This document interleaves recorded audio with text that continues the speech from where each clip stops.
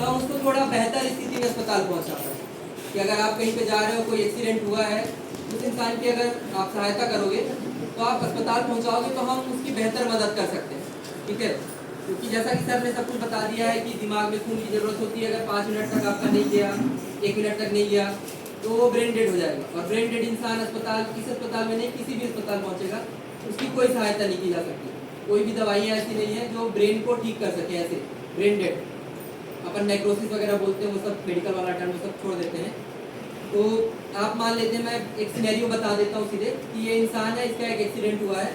मैं एक first aid का ट्रेनर हूँ, आप सभी आप थोड़ा सा बेसिक फर्स्ट एड ट्रेनिंग ले रहे हो, तो मैं as a first aid trainer, as a doctor नहीं, as a first aid trainer मैं इसकी क्या मदद करूँगा और कैसे कैसे मेरे को पूरी प्रक्रिया करनी है, मैं आपको सामान्य सीधे शब्दों में बता देता हूँ। छाती के बगल में ऐसे बैठ गए, तो इससे क्या हुआ कि आप उसके एकदम करीब पहुँच गए, उस इंसान को आप अच्छे से देख सकते हैं। तो आप जब वहाँ पे पहुँच गए उसके, तो आपको उसमें देखनी है 4 चीज़ें कि वो इंसान होश में है कि नहीं है। अगर किसी इंसान का अगर एक्सीडेंट हुआ है मान लीजिए, तो उसके हाथ में चोट लगी है या पैर में चोट लगी है, तो वो सीधी सी बात है, वो बताते रहेगा मेरे हाथ में दर्द दे रहा है, चोट लगी हुई है। वो अपने चीज़ों को बता पाएगा कि मेरा भी एक्सीडेंट हो गया ऐसे ऐसे करके। तो आप देखिए वो अलर्ट है। तो इस स्थिति में आपको CPR नहीं देना है। ठीक है, कुछ चीज़ें हम ध्यान कर लेते हैं कि कब उनको CPR नहीं देना है। तो इस स्थिति में आपको नहीं देना है। अब देखा कि वो अलर्ट नहीं है, वो बात नहीं कर पा रहा है, बता नहीं पा रहा है, तो दूसरा होता है कि हम उसको बात करने की कोशिश किए कि भाई साहब क्या हुआ है। तो उसके लिए हम क्या करते हैं कि ये जो शोल्डर होता है अपना, ठीक है, वो उसका शोल्डर है, वहां पे टैप करना है।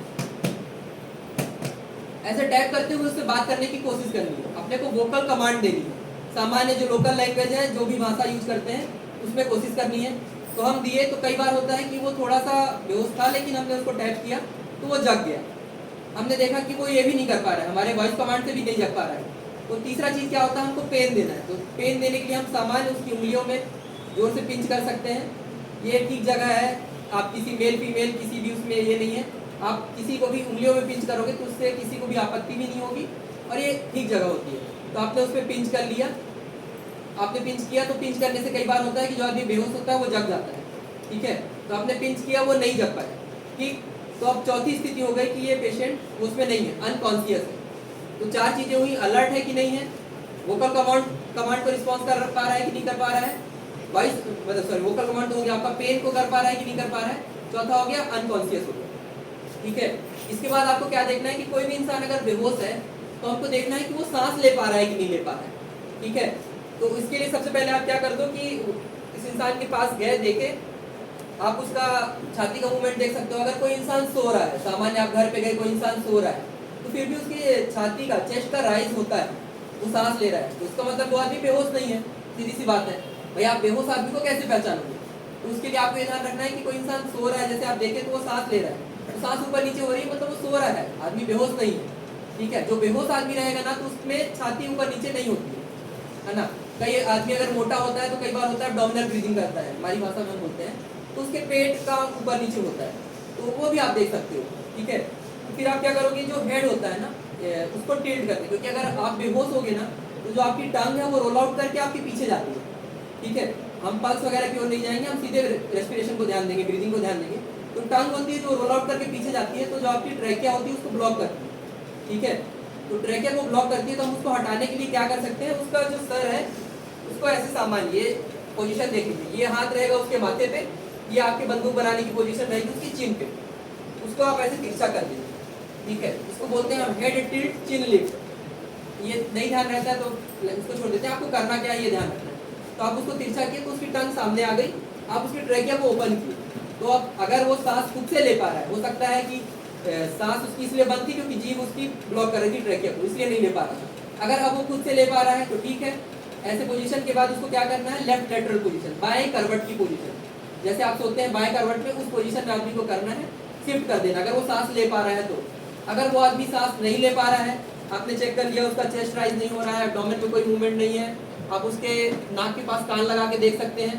तो कान जब आप लगाएंगे तो आप आवाज़ सुनेंगे, अगर कोई सांस ले रहा है तो हवा आएगी, आवाज़ आएगी, उसकी हवा को आप अपने गालों में फील कर सकते हैं। तो अगर ऐसा ये सब कुछ नहीं हो पा रहा है तो ये आपका लास्ट इंडिकेशन हो गया कि अब आपको उस इंसान को CPR देनी है। ठीक है, जो ये पूरी प्रक्रिया है, ये प्रक्रिया हमको जल्दी से जल्दी करने की कोशिश करनी है, क्योंकि पहले ही उस इंसान का एक्सीडेंट हो चुका है और आप ज़्यादा टाइम वेस्ट करेंगे उसको नुकसान हो जाएगा। तो अब हमको CPR चालू करना है। CPR के लिए जैसे सर ने बताया आपका जो भी डोमिनेंट हाथ है उस हाथ को निप्पल लाइन, जो आपका ये आपकी जो हड्डी होती है स्टर्नम, उसका निचले का 1/3 हिस्सा आप अपनी स्टर्नम को फील कर सकते हैं। सामने कोई इंसान है उसमें भी आप फील कर सकते हैं। अगर आप निप्पल लाइन नहीं देख पा रहे हैं किसी का, तो आप ये हड्डी है उसको फील कर सकते हैं, जहाँ से आपका पेट चालू होता है, यहीं का जो हिस्सा होता है उसका निचला 1/3 हिस्सा आप वहाँ पे अपने हाथ को रखेंगे, दूसरे हाथ से उसको ब्लॉक करेंगे।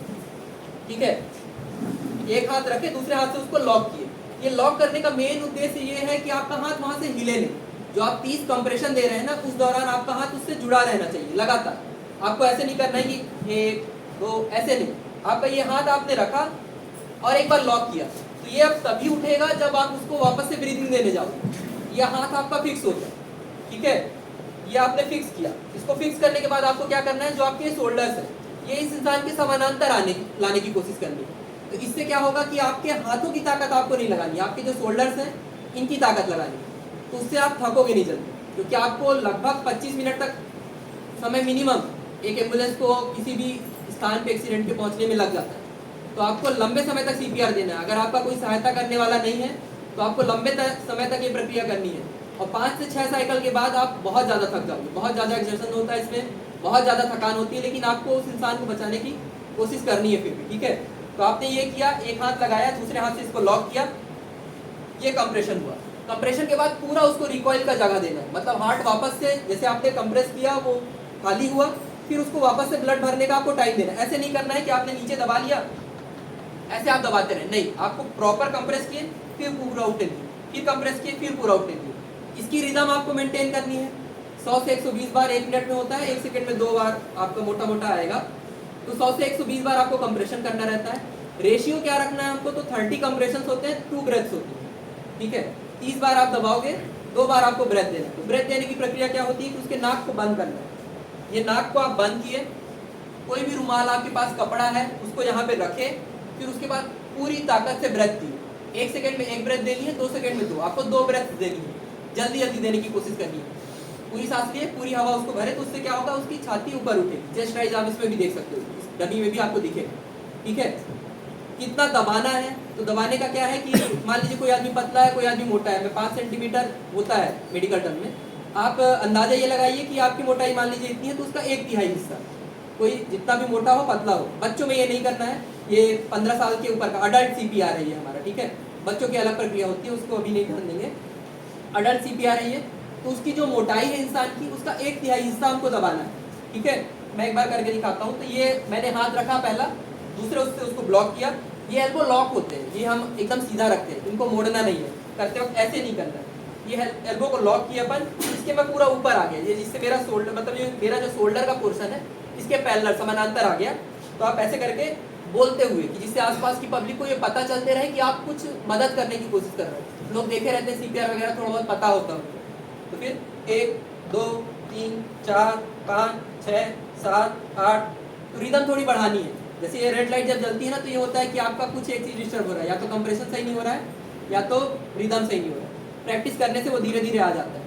और जैसे कि किसी ने पूछा कि हड्डी टूटने का, तो देखिए होता क्या है कि मसल्स होती हैं हमारी, चेस्ट वॉल की मसल्स होती हैं। ठीक है, इंटरकॉस्टल मसल कहते हैं, वो सब आप टीचर हो इसलिए आपको ये चीज़ बता देता हूँ। तो हड्डियाँ उनके बीच रहती हैं। ठीक है, अगर आपका रिब केज थोड़ा सा टूटता है, क्योंकि आवाज़ आती है, क्रैकलिंग साउंड आती है। जब कभी भी किसी को आप CPR दोगे, या कभी आपके किसी भी रिलेटिव को अस्पताल में देने की जरूरत पड़ी होगी, तो आप देखोगे वहाँ पे साउंड आता है क्रैकलिंग का। तो उसके लिए आपको घबराना नहीं है, क्योंकि अगर उस इंसान को आप CPR नहीं दिए तो वो इस इंसान की जान चली जाएगी। ये बहुत ही क्रूशियल चीज़ है और बहुत छोटी चीज़ है। मतलब अभी ऐसा लगता है ना कि ठीक तो है, क्या दिक्कत है, नहीं दिए तो भी अस्पताल वाला आ जाएगा, पहुँचा देगा। लेकिन अगर वो 5 मिनट या 10 मिनट का डिले होता है, खासकर कार्डियक पेशेंट, जिस किसी को भी अटैक आता है ना, तो कई बार ऐसा होता है, आप सुने होंगे छोटा अटैक आया। ठीक है, तो वो चीज़ ऐसी है, छोटा अटैक आया, माइंड ब्लॉक था, वो आदमी अस्पताल चलते फिरते पहुंचेगा या बताते हुए जाएगा कि उसका वो दिल में दर्द हुआ है। कई बार होता है ब्लॉक होता है, हार्ट ब्लॉक होता है, उस टाइप की कंडीशन होती है, उसमें होता है कि आदमी बेहोश हो गया। ठीक है, लेकिन उसको अस्पताल ले जाके बचाया जा सकता है। अगर आप अस्पताल समय पे पहुंचते हो, वहाँ पे ट्रीटमेंट होता है, फिर आगे जो इंटरवेंशन चाहिए होते हैं, कार्डियोलॉजिस्ट वगैरह, वो सब चीज़ें अगर वहाँ पे मिल जाती हैं, तो उस इंसान की जान, सिर्फ ये CPR बहुत छोटी सी चीज़ है, लेकिन बहुत इंपॉर्टेंट चीज़ है। आप मतलब अभी अगर गूगल में सर्च करोगे, घर में जाके अगर कहीं देखोगे, तो अभी एक लेटेस्ट एक पुलिस वाले ने दिया था एयरपोर्ट में, बहुत ही फेमस हुआ था क्योंकि वो वहाँ पे वीडियो वगैरह बना था। तो उस इंसान की जान बचाई थी। उसको कार्डियक अरेस्ट हुआ था, पुलिस वाले ने ट्रेनिंग ले रखी थी क्योंकि उनके उसमें है, कैरिकुलम में है, उनकी ट्रेनिंग वगैरह में है थोड़ा बहुत बताने का। उसने ले रखा था, उस इंसान की जान बचाई थी। वो इंसान अस्पताल पहुँच पाया और उसकी जान बचाई। तो अगर यहाँ पे से अगर आप किसी एक की भी अगर ऐसे मदद कर पाओगे तो बहुत बड़ी चीज़ होती है। तो कुछ लोग अगर आके कोशिश करना चाहें, जो भी थोड़ा बहुत ऊपर नीचे समझ में आएगा बताया जाएगा, अगर आप कोशिश करना चाहो तो आ सकते हो। फिर बाकी तो लंच के लिए जाना है। कोई आना चाहे, कोई भी मेल फीमेल से कोई भी, अगर एक बार आप करके देखोगे तो आप हिम्मत कर